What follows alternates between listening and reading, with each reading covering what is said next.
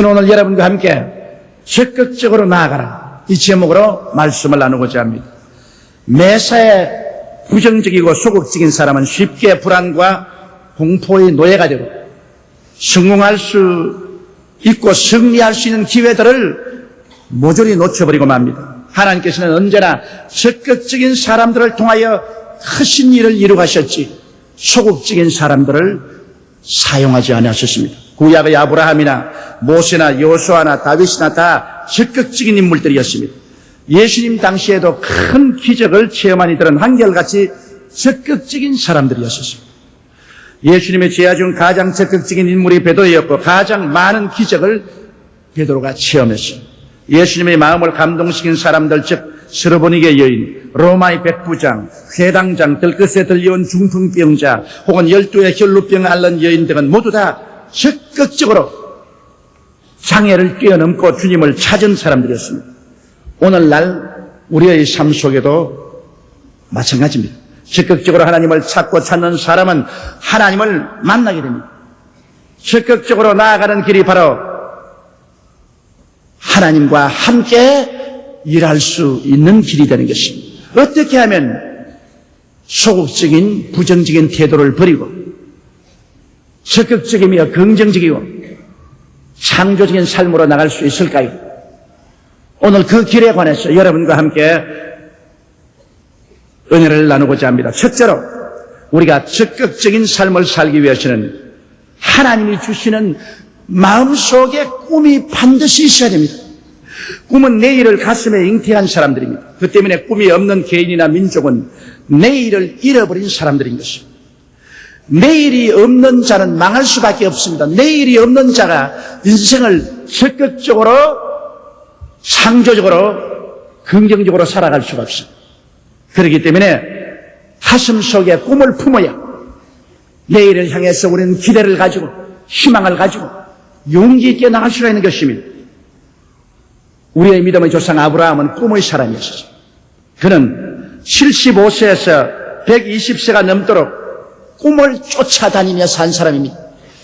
75세가 되어 이미 은퇴한 나이에 처한 사람을 보고 주님께서 내 전토 친척 아비 집을 떠나 내가 네게 지시할 땅으로 가라. 내가 너로 큰 민족을 이루고 너를 복주는 자에게 복을 주고 너를 저주하는 자에게 저주하는 있는 온 땅의 복의 근원이 될 것이라는 하나님의 꿈의 말씀을 받아서 갈 바를 모르고 정치 없이 그 아내와 함께 꿈을 쫓아나갔어요. 그는 꿈을 쫓는 사람이었습니다. 이상을 쫓는 사람이었어요.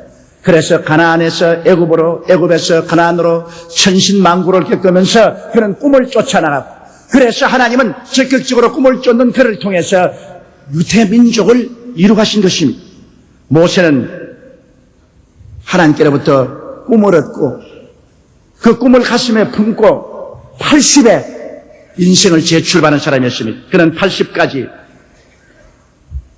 버림받은 사람이십니다. 꿈을 얻기 전에는 미디안 광야를 양떼와 함께 방황하는 전적으로 잊어버린 무명의 인사였습니다. 그러나 호레산 가시들기 앞에서 하나님을 만나고 꿈을 얻고 난 다음 80의 노구에 끓는 가슴을 안고 그는 꿈을 가지고 자기 백성을 애굽에서 해방시키겠다고 한 사람의 군인도 없는데 지팡이 하나 짚고 홍해수를 건너가서 애굽의 바로왕과 대결했습니다. 그 마음속에 꿈이 없이는 이러한 적극적인 인생을 살 수 없습니다. 바로는 그 당시에 세계 최강의 왕이요 최강의 군대를 가지고 세계 최강의 국가였습니다.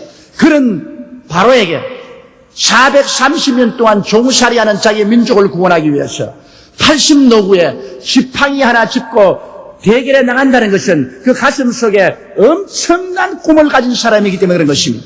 꿈이 없었으면 모세도 없었습니다. 모세가 없었으면 이스라엘의 해방과 독립도 있을 수가 없는 것입니다. 여러분, 꿈을 얻은 예수님의 제자들 보십시오. 예수님을 만나기 전에 예수님의 제자들이란 아무도 알아주지 않는 별로 교육도 없는 너무나도 평범한 갈릴리의 어부들이나 세리였었습니다.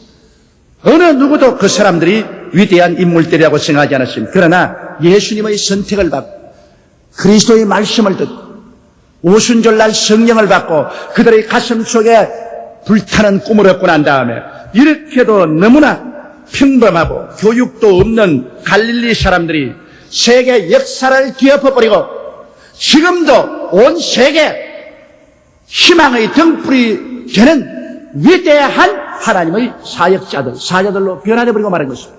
꿈이 그들을 변화시켰지 그들이 꿈을 변화시킨 것은 아닌 것입니다. 여러분, 저는 언제나 저희 개인의 짧은 삶을 돌이켜볼지라도 오늘날 주님께서 세계의 최대의 교회를 세우게 하신 것은 제가 무슨 힘이 있고 능이 있었던 것이 아니라 저희 마음속에 불광동에서 하나님이 꿈을 심어준 것입니다. 천막교회 가만히 위에 엎드려 기도할 때마다 가슴을 설레이는 꿈을 하나님이 주었습니다. 결코 한국 최대의 교회, 세계 최대의 교회가 이룩될 수 있다는 너무나 엄청나고 비현실적인 꿈이 저희 가슴 속에 설레었습니다. 그때는 그 꿈을 황당무계하게 생각했습니다. 그러나 그 꿈이 계속해서 7전 8기 할 수 있게 해주시고 목표를 향하여 뛸 수 있는 적극적인 인생을 살아갈 수 있게 한 것입니다. 그 이후로 하나님께서는 세계를 교구로 삼도록 꿈을 설레게 해주었어요. 그 꿈을 따라 온 북남미, 불아파, 아세아, 대양주, 아프리카를 내 집 들아들지 다니면서 복음을 전가한 것은 그것은 가슴에 설레이는 꿈이시기 때문인 것입니다. 성경에는 꿈이 없는 백성은 망하리라고 말씀한 것입니다. 아무라도 그 가슴 속에 꿈이 없으면 그 사람은 무용지물이 되고 마는 것입니다. 무능력하게 되고 마는 것입니다. 얼마나 좋은 학교를 나왔느냐, 얼마나 가문이 좋으냐, 얼마나 돈이 많으냐, 그게 문제가 아닌 것입니다. 하나님 앞에서 어떤 꿈을 받았느냐가 문제인 것입니다. 성경은 말씀합니다. 말세 내가 나의 영으로 모든 육체에게 부어주리니 너희 젊은이들은 환상을 보고 너희 늙은이들은 꿈을 꾸리라. 그러므로 여러분은 내일을 향해서 하나님 앞에 꿈을 구하십시오. 하나님 앞에 꿈을 적고 소박한 꿈도 좋습니다. 크고 위대한 꿈도 좋습니다. 하나님께서 여러분에게 꿈을 심어주고 난 다음에 그를 통해서 기적을 행하시는 것입니다. 마음에 아무 꿈도 없는 사람, 그런 사람을 하나님이 들어서 사용하지 않습니다. 하나님이 꿈을 심어주면 이러한 사람들은 적극적으로 꿈을 안고 뛰게 됩니다. 눈에 아무 증거 안 보이고 귀에는 아무 소리 안 들리고 손에 잡히는 것 없어도 모든 사람이 불가능하다고 외쳐도 어리석게 생각해도 그 마음속에 꿈이 설레이기 때문에 꿈에 취해서 꿈에 잡혀서 적극적으로 인생을 살게 되고 하나님은 그 적극적인 사람을 사용하게 되는 것입니다. 여러분이 꿈을 만드는 것이 아니라 꿈이 여러분을 만들어 갑니다. 꿈에 잡힌 사람은 하루하루가 달라지게 변화됩니다. 내일은 오늘보다, 다음 달은 금번달보다, 명년은 금년보다 발전하고 향상하는 삶을 살게 되는 것입니다. 그러므로 적극적으로 인생을 살기 위해서는 여러분의 가슴 속에 하나님이 영롱한 꿈을 주시도록 간절히 꿈을 구하는 여러분이 되시기를 주님 이름으로 축원합니다. 둘째로 적극적인 인생을 살기 위해서는 마음속에 굳센 믿음을 가지고 살아야 되는 것입니다. 믿음은 돈보다도 낫습니다. 지식보다 더 위대한 힘입니다. 아무리 돈과 지식이 있다 해도 겁에 질려 있으면 아무것도 이루어갈 수가 없습니다.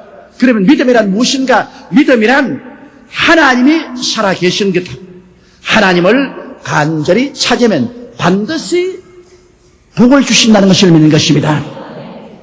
하나님이 없다고 하는 사람, 또 하나님 믿어도 하나님은 복도 주지 아니하고 화만 주시고 채찍만 때린다, 이런 사람들 적극적인 믿음을 가질 수가 없는 것입니다. 저는 전통적으로 하나님을 믿으면 고통과 괴로움을 감내하고 이 세상 것 다 잊어버리고 빈손 들고 천당만 겨우 올라가는 이러한 것이 신앙이라고 알고 제가 개척교회에 임하였습니다. 그때는 마음에 눈물이 그칠 날이 없고 고통과 괴로움에 신음했습니다. 그러나 저희 일생을 완전히 변화시킨 것은 오랄 로버트 목사님을 통해서 요한 3서 2절을 발견했을 것입니다. 하나님은 좋은 하나님이십니다. 사랑하는 자여, 내 영혼이 잘됨같이 내가 범사에 잘되며 강건하기를 내가 간구하니라. 하나님께서는 좋은 하나님으로서 우리 영혼이 잘되면 범사도 잘되고 강건하게 만들어주신다는 이 너무나 평범하고 소박한 사실이지만은 하나님께서 우리에게 희망을 주시고 복을 주신다는 이 진리를 깨닫게 되자 마음속에 믿음이 생기기 시작하는 것입니다. 믿음은 사랑으로 말미암는데 내가 하나님을 두려워할 때는 믿음이 생기지 않습니다. 하나님을 사랑하게 될 때 마음속에 그 사랑으로 말미암아 믿음이 넘쳐나는 것입니다. 그래서 마음속에 흔들리지 않는 믿음으로 역경을 극복하고 살아갈 수 있는 것입니다.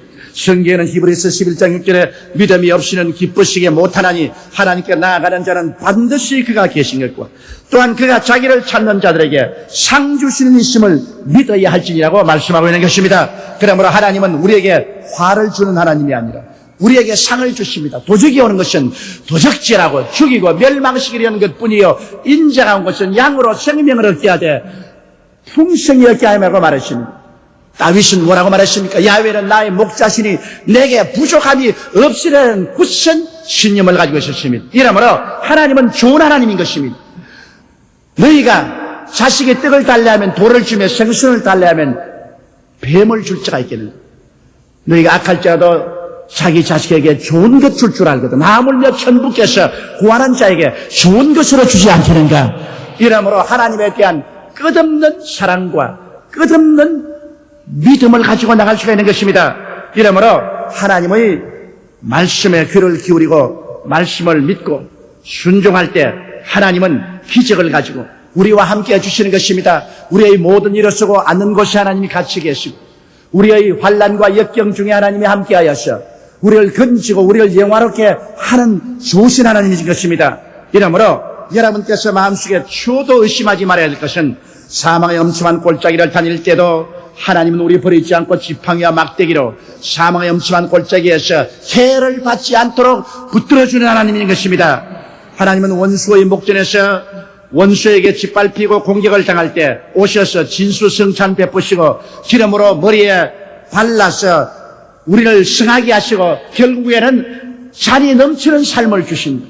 아무리 원수가 달라들어서 협공을 해도 결국엔 원수가 이기지 못하고 그 결과로 우리의 삶에 잔을 넘치게 한다는 것을 알게 될 때 원수가 공격할 때도 적극적인 믿음을 가질 수가 있는 것입니다. 어떠한 공경에 처해도 하나님께서 해답을 가지고 계신다는 것을 우리는 확신하고 살아갈 수가 있는 것입니다. 우리가 믿음의 결과는 결코 환경을 보고 두려워하지 않게 됩니다.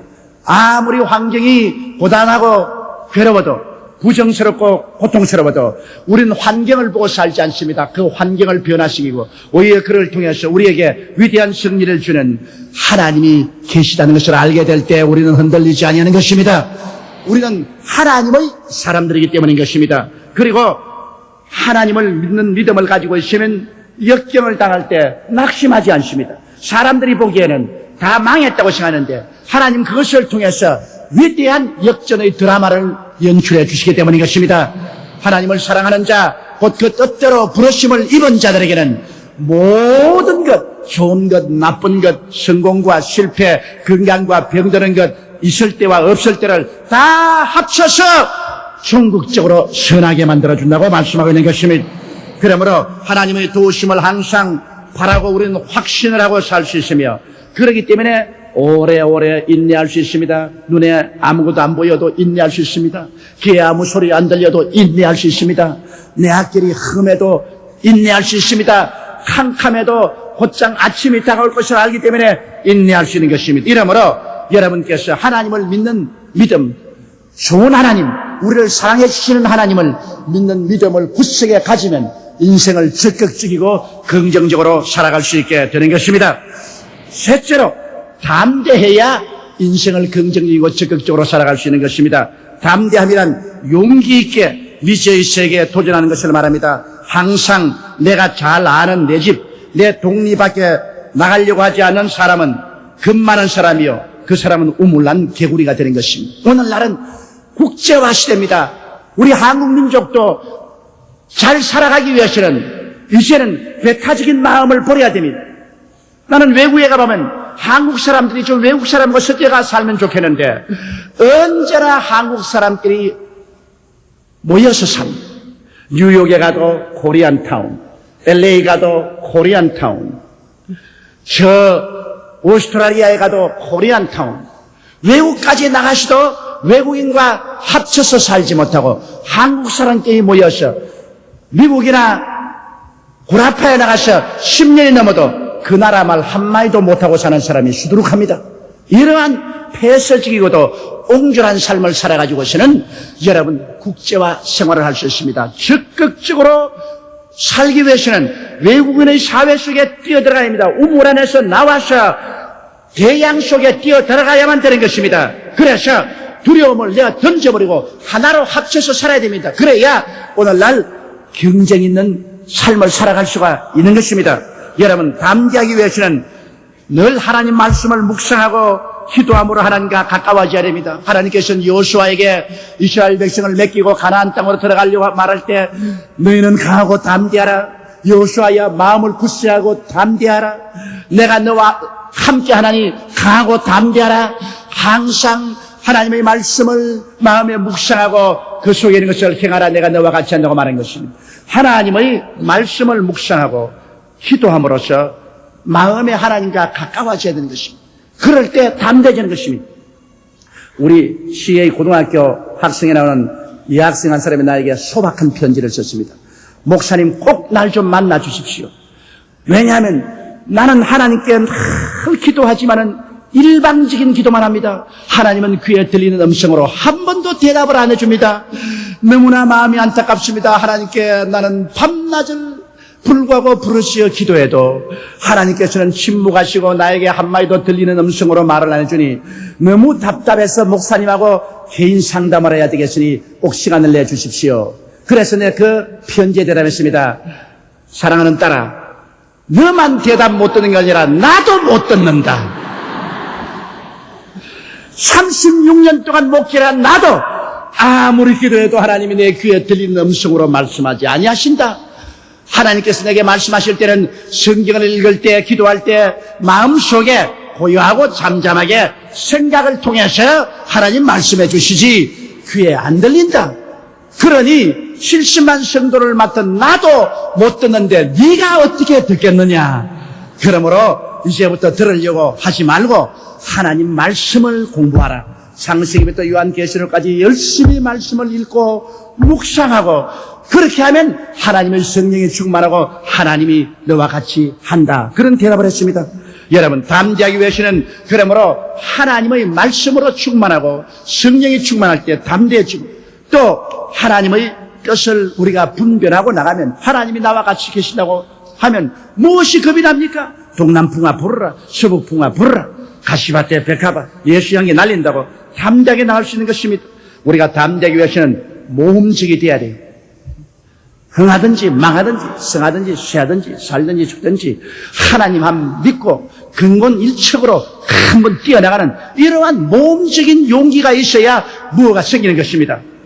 여러분 바로 그 점에서 나는 아브라함을 참으로 존경합니다. 75세 전토도 버려라, 친척도 버리라, 너 아비 집도 버리라, 빈손 들고 너 안에 손만 잡고 하나님 믿고 출발하라. 이야말로 마음속에 용기가 없이는 담대함이 없이는 절대로 못합니다. 그러므로 아브라함은 믿음의 조상이라고 합니다. 또 모세 같은 사람 보십시오. 80세 국 전선에 나갑니다. 그 마음이 얼마나 담대합니까? 군대도 없고 국가도 없는데 종살이하는 백성을 구원하겠다고 최대 강국인 애굽에 도전해서 지팡이 하나 짚고 나갑니다. 간이 배밖에 붙은 사람입니다. 담대했습니다. 왜 하나님이 다윗을 내 마음에 꼭 합당한 사람이라 했습니까? 담대했기 때문인 것입니다. 그가 아버지의 양을 칠 때 사자나 곰이 와서 양의 새끼를 움켜쥐고 달아납니다. 사자에 곰이 와서 양 새끼 하나 물고 가는 거 잃어버리고 날지 따라갔다가 죽을는지도 모릅니다. 그러나 다윗은 하나님을 의지하고 담대하게 따라가서 그 새끼를 빼앗았어요. 달라들면 수염을 잡고 쳐가지고서 곰을 죽이고 사자를 죽였어요. 그 마음속에 담대한 훈련을 쌓았습니다. 그래서 사울 왕이 이스라엘 군대를 데리고 블레셋과 진을 쳤을 때 블레셋의 골리앗 대장이 나와서 이스라엘의 남자이거든 나와 싸우자. 내가 이기면 너희들이 내 종이 될 것이요, 내가 지면 우리 블레셋이 너희 종이 될 것이라고 외칠 때 이스라엘의 군인 중에 한 사람도 나갈 사람이 없습니다. 모두 다 나무 숲을 뒤에, 흙더미 뒤에 숨었습니다. 벌벌 떨었습니다. 그럴 때 다윗이 와서 뭐라 했습니까? 저 할례 받지 않은 이방인이 어찌 만군의 야훼 하나님의 군대를 모욕하리요? 내가 능하겠다. 형들이, 야, 웃기는 소리 하지 마라. 저 사람은 용사인데 네 조그마한 어린아이가 어떻게 나냐? 집에 돌아가라. 형들 왜 야단입니까? 형들이 저거 보고 벌벌 떨면서 나할 때 나를 왜 못 나가게 합니까? 다윗의 마음속에 담대함이 있었습니다. 아무리 하나님 믿는다 해도 마음속에 간이 작은 사람은 말만 했지 실제로 못합니다. 간이 커야 돼요. 예수 믿는 사람은 간이 커야 돼요.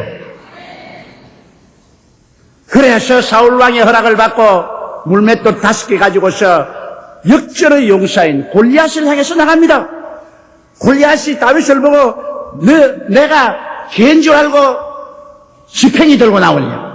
내가 너를 오늘 죽여서 공중의 새와 땅의 짐승의 밥으로 만들겠다. 그때 다윗은 말했습니다. 너는 칼과 창과 단창을 의지해서 나오거니와 나는 네가 모욕하는 이스라엘의 하나님 만군의 야훼의 이름을 의지하고 나오느라 내가 오늘 너를 죽여서 너를 공중의 새들의 밥과 땅의 짐승의 밥으로 만들고 온 천하에 하나님이 살아계심을 보여주려. 그 담대한 뱃장으로 나가서 물맷돌을 먹여서 내리 흔들어 골리앗을 향해 던지니까 하나님이 같이 하심에 돌이 이마에 박히고 골리앗은 쓰러져 죽고 그 목을 베어서 머리채를 감아 손에 드니 용기 백비한 이스라엘 백성이 그때야 담대함을 얻고 물결처럼 공격을 하니 블레셋이 완전히 편두박선이 되고 마는 것입니다. 이와 같이 여러분 마음에 담대함을 가진 성경에 너희 담대함을 버리지 말라. 이가 큰 상을 얻느니라 그렇게 말했습니다. 베드로 보십시오. 쉽게 베드로를 갖다가 비난한 사람도 있지만은 풍랑이는 밤바다야 칠흑같이 어두운데 예수님이 무리로 걸어옵니다.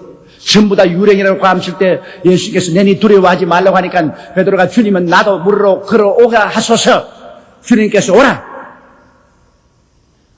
나 생각해도 지금도 간이 덜덜 떨려요. 바람은 불지 파도는 치지 캄캄한 어두운 밤에 모든 지하들은 다 그러는데 베드로는 그 기웃댕거리는 뱃정을 나가서 물로 들어갔습니다. 이야말로 간이 배 밖에 나온 사람인 것입니다. 정상적인 사람은 아닙니다. 그런데 베드로가 예수님을 바라보고 나갈 때 물로 저벅저벅 걸어갔다는 것입니다. 그 담대함을 보십시오. 베드로에게 하나 위대한 점은 그는 불안무식한 사람이었지만 용기 있고 담대한 믿음을 가진 사람인 것입니다. 지식 있고 학식 있는 사람이 감히 행하지 못하는 담대함을 가지고 있기 때문에 주님이 베드로를 기뻐하시고 수제자를 삼은 것입니다. 그를 통해서 교회의 반석이 되게 만드는 것입니다. 이러므로 여러분 우리가 강하고 담대함을 가져야 적극적인 인생을 살 수 있는 것입니다. 서로 저희 삶을 가만히 기억해 보면 제가 배짱 있게 나갈 때 가장 큰 일을 했습니다. 배짱 있게 기도하고 나갔을 때 가장 큰 기적이 일어났었습니다. 겁이 나서 뒤로 움츠렸을 때는 아무 역사도 일어나지 않았었습니다. 넷째로 우리가 적극적인 인생을 살기 위해서는 인내할 줄 알아야 됩니다. 여러분 가나안은 광야의 끝에 있었습니다. 광야를 지나 저 끝에 적과 꿀이 흐르는 가나안이 있어. 그러므로 광야를 지나는 동안에 내가 연단을 받고 내가 깨어지고 탐욕을 버리게 되고 그리고 시련을 통하여 강한 믿음을 얻고 나면 끝에 가나안 땅으로 들어가게 되는 것입니다. 이러므로 광야를 지나지 않은 성공이란 없습니다. 성공은 광야의 끝에 있습니다. 언제나 우리 삶의 성공은 틈낼 끝에 있습니다. 캄캄한 틈내를 지나야 그 끝에 성공이 다가오는 것입니다. 적은 성공은 적은 광야의 끝에, 큰 성공은 광막한 광야의 끝에 다가오는 것입니다. 그러므로 여러분 우리는 이 광야를 지나가야 됩니다. 시련의 세월을 믿음으로 지나가야지 시련 없는 성공은 없습니다. 그러므로 인내가 있어야 강하고 담대하게 시련을 이기고 나갈 수 있는 것입니다. 믿음의 위대한 조상들의 결과만 보고 여러분 탐하지 마십시오. 그들은 시련을 겪었습니다. 아브라함은 75세에서 100세까지 25년 동안 인고의 삶을 살았습니다. 이삭은 모리아산에서 죽음의 시련을 통과하셨습니다. 야곱은 22년 동안 외아지 시집에서 머슴살이의 연단을 겪었습니다. 요셉은 17세에서 30세까지 13년의 고난의 생활을 감옥 생활에서 종생활로 보냈습니다. 모세는 40년 광야에서 부림받은 생활에 눈물을 흘리고 자아가 깨어졌습니다. 그 무엇보다도 여러분 욥의 인내를 보십시오. 욥은 남자가 7이 여자가 10자녀를 가졌습니다. 양이 7천이요 약대가 3천이요 소가 500결이요 암나기가 500결이요 동방에서 제일 큰 부자가 하루아침에 자식 다 잃고 재산 다 잃고 몸은 문둥병이 걸리고 아내는 자기를 떠나고 그런 무더기에 올라앉아 모든 사람의 비난을 받고 가장 처절한 절망에 처했습니다. 그럼에도 불구하고 욥은 하나님을 원망하지 않았습니다. 그는 꿈을 저버리지 아니하고 그는 믿음을 저버리지 않았습니다. 그는 담대함을 저버리지 않았습니다. 그는 끝까지 참고 견뎠습니다. 야고보서 5장 10절로 11절에 형제들아 주의 이름으로 말한 선지자들로 고난과 오래 참음의 본을 삼으라. 보라 인내하는 자를 우리가 복되다 하나니 너희가 욥의 인내를 들었고 주께서 주신 결말을 보았거니와 주는 가장 자비하시고 긍휼히 느끼시는 자라고 말한 것입니다. 그러므로 우리가 끝까지 인내하면 천국에 가서 하나님께서는 30배, 60배, 100배로 보답하시고 천국을 주시는 하나님이신 것입니다. 삶은 전쟁터입니다. 적극적으로 도전하는 자가 하나님의 도우심을 받습니다. 구하라 주실 것이요 찾으라 찾을 것이요 문을 두드리라 열릴 것이니라. 이거 적극적인 거라니까. 구하고 찾고 두들리고 적극적으로 인생을 살아가는 그 사람에게 하나님이 같이 하셔서 기적을 베푸는 것입니다. 나는 못한다, 나는 안 된다, 나는 할 수 없다, 나는 망한다, 나는 패배자다, 돈도 없다, 기술도 없다. 그러면 그런 사람은 하나님이 아예 그들도 보지도 아니하는 것입니다. 할 수 있거든이 무슨 말이냐. 믿는 자에게는 능치 못하심이 없나니라. 내 믿음대로 될지라다. 너희 마음속에 겨자씨 하늘 만한 믿음이 있으면 이 산들을 명하여 저 바다에 던지라도 된다고 말한 것입니다. 그러므로 오늘 여러분 꿈을 가지고 믿음을 가지고 담대함을 가지고 인내심을 가지고 인생을 적극적으로 공격하면서 살아나가는 여러분 되시기를 주의 이름으로 축원합니다. 다 같이 고개시켜 기도드리겠습니다. 전능하시고 거룩하신 하나님 아버지, 뒤로 물러가면 내 마음이 저를 기뻐하지 아니하리라고 말씀을 하셨습니다. 나의 의인은 믿음으로 말미암아 살리라고 하셨습니다. 아버지 하나님이여, 그러므로 오늘 우리 모든 예수 믿는 사람들은 적극적인 인생을 살아갈 수 있는 요건을 다 가지고 있습니다. 하나님 아버지 말씀과 성령으로 도와주셔서 부정적인 사람 없게 도와주시옵소서. 패배적인 사람 없게 도와주시옵소서. 어떠한 환경에도 내 아버지 하나님을 바라보고 꿈을 갖고 믿음을 갖고 담대함을 갖고 인내심을 갖고 또 공격하며 적극적으로 인생을 살아서 기적을 산출하게 되게 도와주옵소서. 우리 주 예수님 이름으로 기도드리옵나이다. 아멘.